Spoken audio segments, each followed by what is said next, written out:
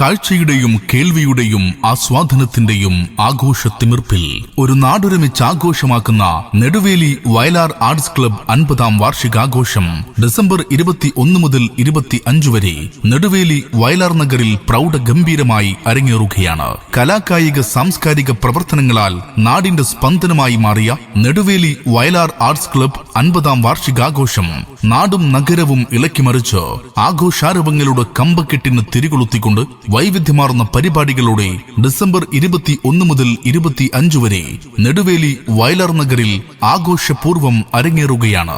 ഒരു നാടൊരുമിക്കുന്ന ആഘോഷാരവങ്ങളിലേക്ക് ഏവരെയും സ്നേഹപൂർവ്വം സ്വാഗതം ചെയ്യുന്നു.